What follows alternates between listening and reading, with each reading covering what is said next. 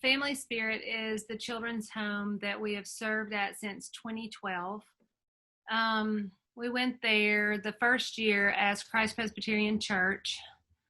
I was on youth staff at the time, and we were hoping and praying for 12 students to go. And fast forward, 26 students are going, and mind blown. Just can't imagine taking that many kids on a foreign mission trip. Had never been out of the country to serve before. And we got there. It's such a big deal to get there when you finally get to Masindi. And we got to Masindi, and we show up at this little school with all these kids with tattered clothes. And but wow, were they so excited to see 26 Mzungus, as they call us, show up. And I think on that very first day, I could have never been prepared. It's like maybe having a baby. Somebody tries to tell you what it's going to be like or what you might experience or feel, and there is no explanation for what happened next. I mean, you just can't prepare somebody for that. So that first day, they put us out in what is now the playground, but back then it wasn't. It was just this awful ant-ridden, patchy grass, and the girls get up front to sing for us, and they have nothing, no shoes on, holes in all their clothes. The little girls didn't have on anything under their little dresses. I mean, it's as bad as you can imagine. And so we spent 2 weeks there and really fell in love, not just with them, although them was huge, but I think our faith awakened in a way that we couldn't have imagined. That the Lord took us to this remote place where we had a connection because two young baby girls had been adopted from there, but that was the only connection except Jesus. I think 21 trips later for me, we're still there by the grace of God. And so Family Spirit is an orphanage and a children's home and a school. Now there's about 286 children that go to school there daily. 155, 160 live there full time. Not right now. Thank you, COVID. But right now there's about 67 there that absolutely have no place to go. They have not been in school since March the 22nd, 23rd. They are looking to put the candidates back in school October 15th for the ones who have to sit for exams to make it to the next level. So our P7s at Family Spirit, there's 43 of them. They will sit for exams. Somehow they're going to try to catch them up on 6 months worth of school. I don't know how that's going to happen. And then we have 14 S4 students, secondary 4 students that will be testing for the next level that they are in the program that we send to school. And then we have 3 university students that will go back to school, thank goodness, because they are able to do more than the younger kids are. But yeah, that's a really long answer for what Family Spirit is. Ty went with me for the first time. I had no idea, first of all, when I first met Ty, I had absolutely no idea that he truly was a jack of all trades. Like, is there anything he can't do? I don't know what it is, if there's something he can't do. But the first time he went, he's been over to Africa before. He's worked on other bigger, huge, like massively huge projects there. So he knew where he was going. He knew a lot more even than I did, and I had been to the same place for several years. But Ty can build things, and he can draw things, and it's almost like he has fairy dust, and it just, whatever he touches kind of turns to gold. It's unbelievable. And so we have all these plans and hopes, and he's like, well, what do you want to do? And I was like, well, you'll see when we get there. They have nothing. And so he walks in and he's like, well, yeah, all this needs to go, and we need to put a new metal roof on, and then see how this floor is jacked up 3 feet from the floor below it. We just need to make these big classrooms. And then the kids, where are they eating? Oh, on the ground. So we need a place for the kids to actually eat, so they're not eating parasites with their food every single time. And I'm going, oh my goodness, slow down, you're blowing my mind. Like, really? And so when I think about IC13,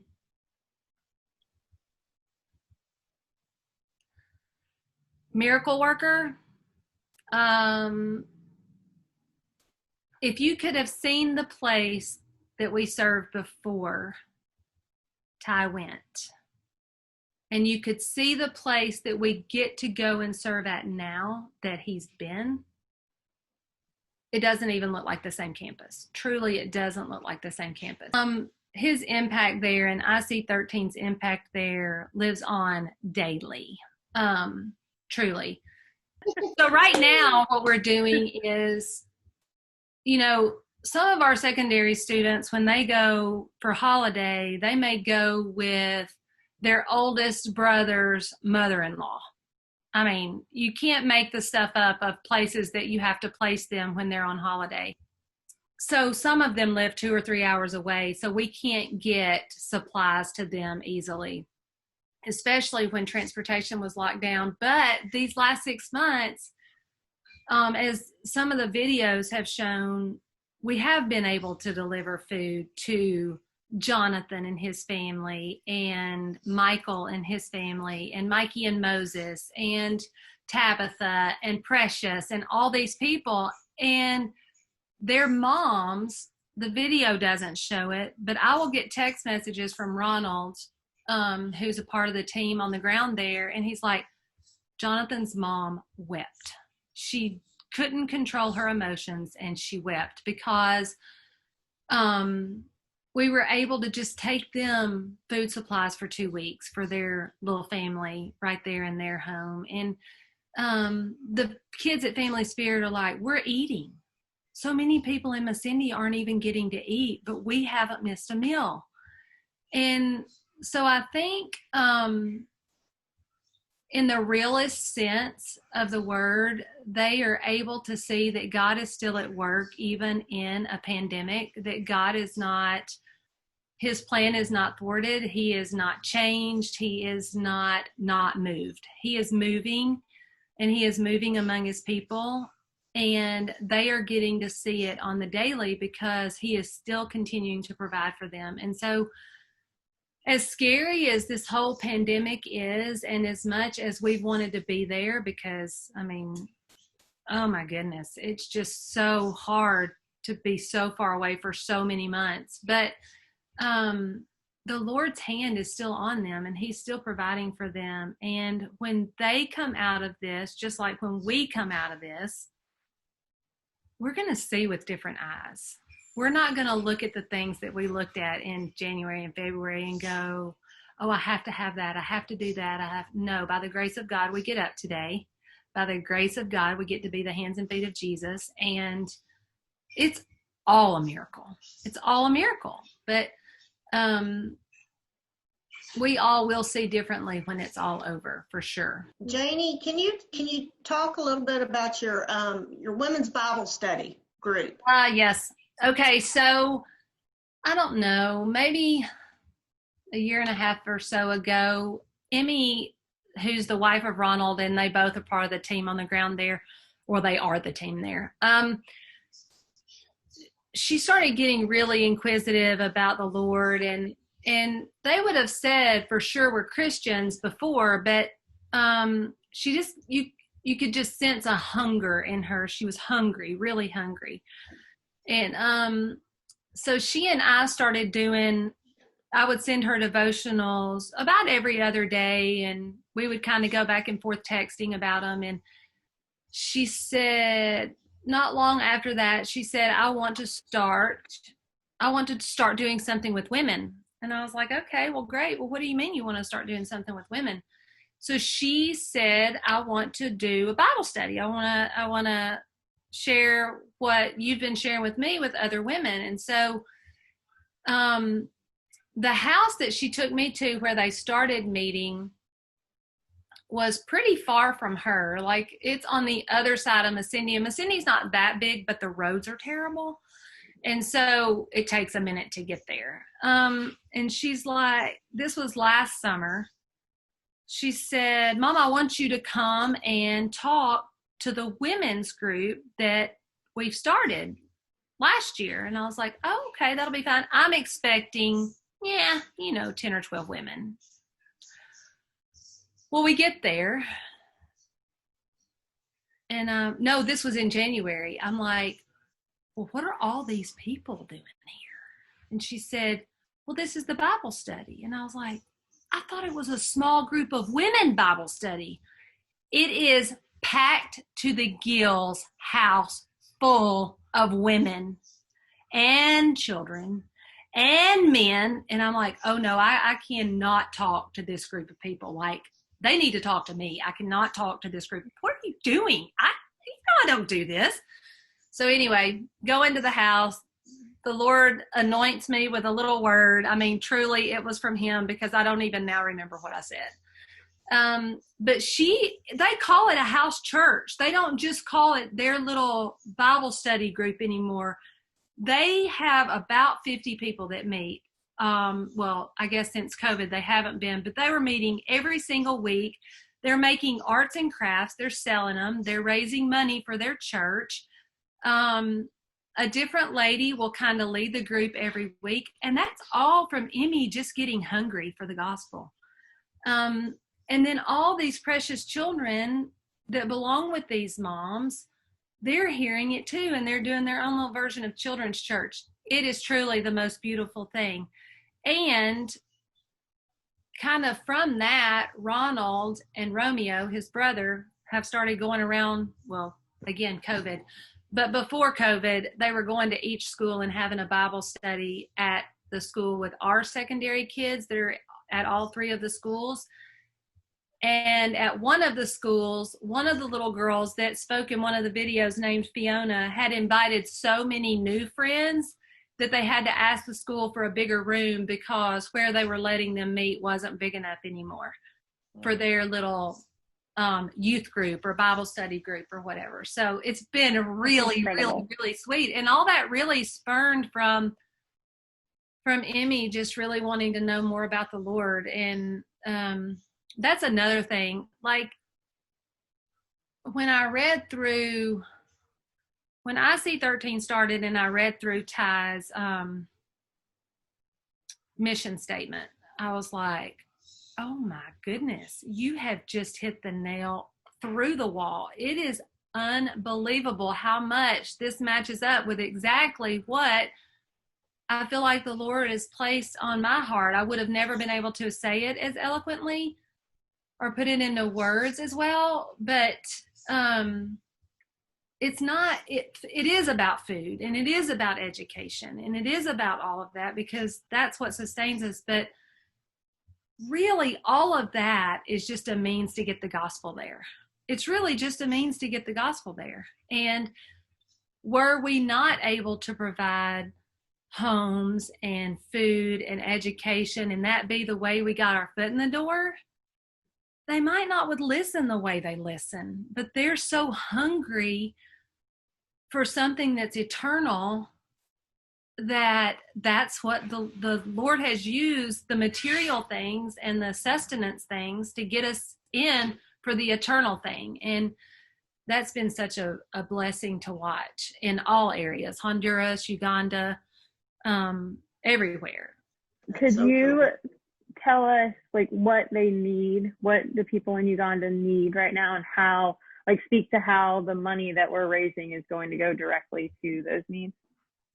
So the number, when they all go back to school, our number of kids that we feed 3 meals to a day it's 286. So 286 multiplied by 3, that's how many meals per day are being served at Family Spirit. Now, when they're on holiday, it's 157, 160 times 3 meals every day. So that's thing number one, because we know in order for them to be able to stay healthy enough to do school, they've got to eat.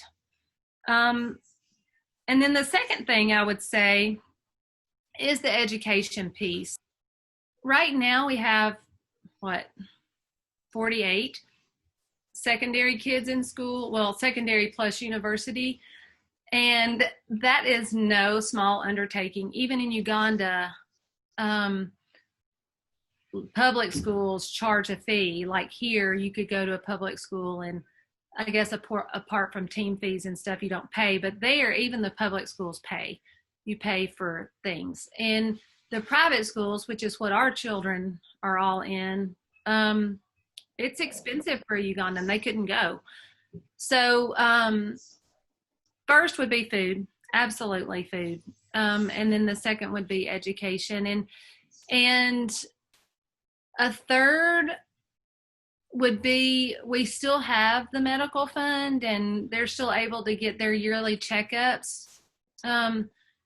That One World comes there and does yearly checkups, but they've got one more visit of that and that fund will be over. So medical, I mean, it's just so constant. I mean, it's just so constant. So food, education, and then medical. For the most part, they're all pretty healthy. We have one get sick every now and again that's really, really sick, but for the most part, they're pretty healthy. Janie, speak to the at Family Spirit as it is in a lot of emerging countries, and particularly in Africa. There's quite a bit of HIV positive kids, and it's not because they're sexually promiscuous. It's because that's the way they were born, because their mom had it. And so the nutrition for them and the medication that they need to stay healthy and not have that HIV morph on into AIDS is really critical. Could you speak to that for just a minute? Yep. So there's 39 kids at Family Spirit, 39 children that are HIV positive. And that was one of the major concerns, I would say, among most parents letting their kids go that first year is, oh goodness. I mean, we still just didn't know enough about it, really, I don't think. But those kids are on medications that the government provides. And they used to could just get those medications at the general hospital. Now they can get them at One World, which is who treats all of the kids at Family Spirit and all the secondary students. And their viral loads are really, really much lower.